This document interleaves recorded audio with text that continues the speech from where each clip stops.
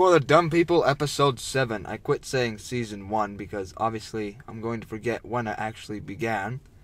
And I know it's once a year, give me crap, but I'm just going to stick with episodes. For those of you who do not know how to change the four-wheel drive modes on your four-wheel drive vehicle, this video is for you. Now, this is the stick shift for a manual transmission, which has nothing to do with the shifter down here, which is for four-wheel drive.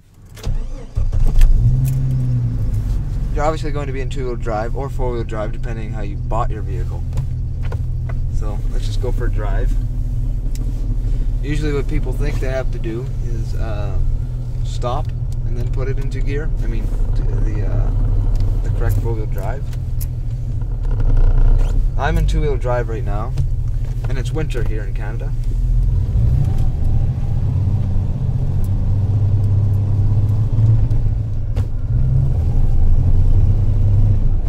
Lots of slipping.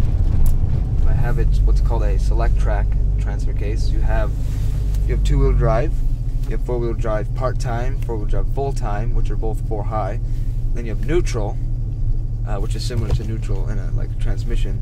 And then you have 4 low, which multiplies all the gears by 2.71 or 7.3 or something like that in this transfer case. All right, I'm going to shift to part-time now, which is basically that simple. You just push it up or down, whichever direction your happens to be. The difference between part-time and full-time in my Jeep is part-time locks the transfer case, which is also known as the center differential.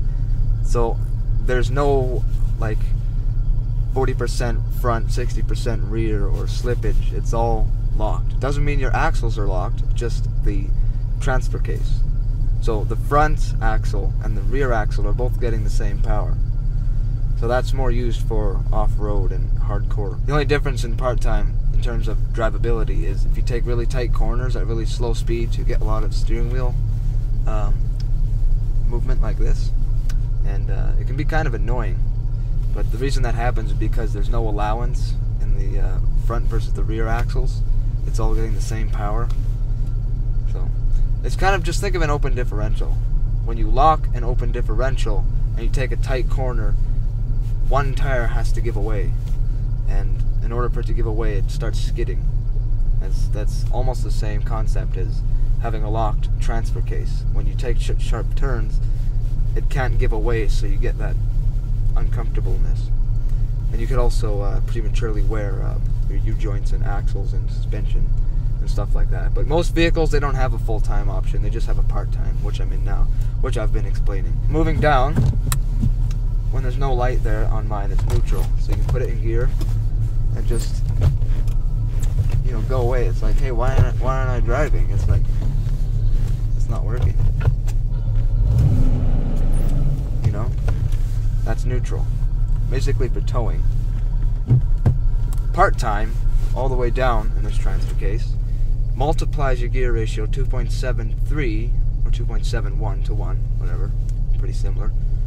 And there's an immense difference. Used for crawling, going really slow. You don't want to stall the engine. You need lots of power to get over a big rock, or you're pulling out a tree stump, something like that. It's very rarely used for low, but it's there when you need it.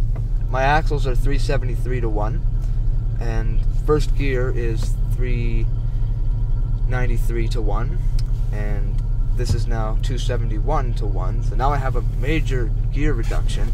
So in first, if you watch my left leg here, I just literally dropped the clutch and it's still going.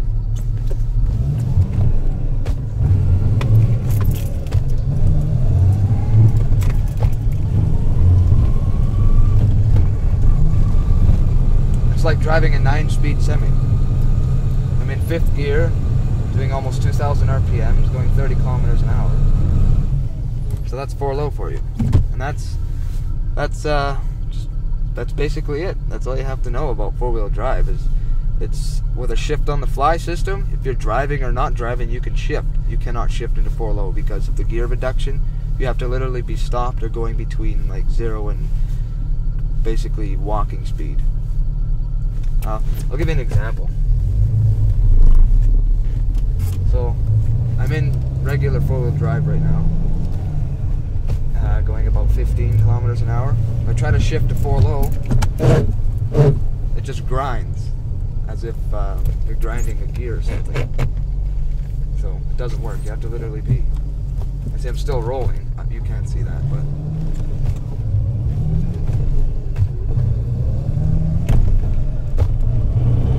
to get out of 4 low, if you're driving, say 20 kilometers an hour, still not possible.